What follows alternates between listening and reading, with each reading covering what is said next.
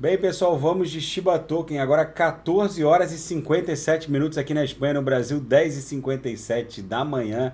O Shiba Token numa pernada espasmódica, rompeu a mediana do canal de Keltner de baixo para cima, rompeu a base da nuvem de Shimoku de baixo para cima e agora já está forçando a linha superior da nuvem de Shimoku para cima, ela já fez embicar a linha superior agressivamente para cima. A retomada do movimento de alta no Shiba Token é sempre muito violenta. Eu avisei que o Shiba Token se move de maneira espasmódica, que comprar aqui, ó, bem abaixo da linha superior e inferior da nuvem de Shimoku na projeção.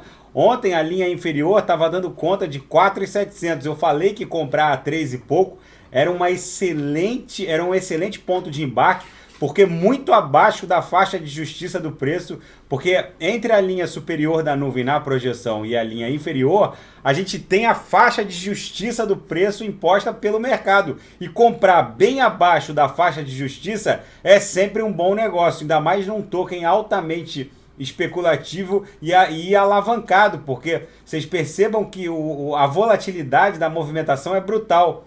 No semanal, deixa eu ver como é que está se desenhando aqui o candle no semanal. A gente já criou um doji, ó. Vou até despoluir aqui para a gente ver certinho o que está se desenhando. Gente, um doji é um candle de mudança de tendência no curto prazo. Então já a gente vai se desdobrar em direção a 12 mil micro cents.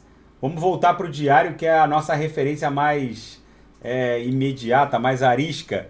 E vocês vejam que agora ele vai transitar por dentro da nuvem de Shimoku aqui no setor mais espesso, e eu avisei que esse setor mais espesso iria exercer uma natural força gravitacional, sugando o Shiba Token de volta para dentro da nuvem.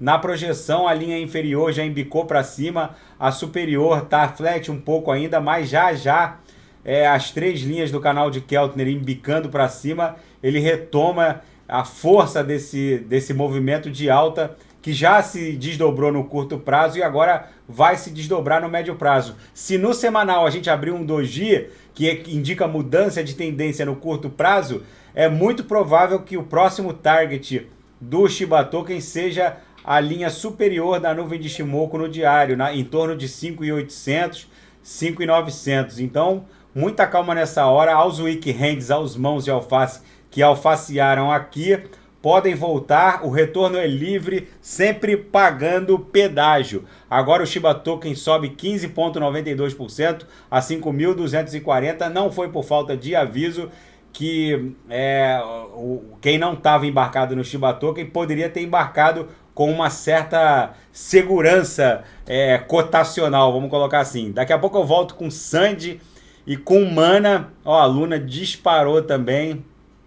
O Alt Season tá começando a rolar forte.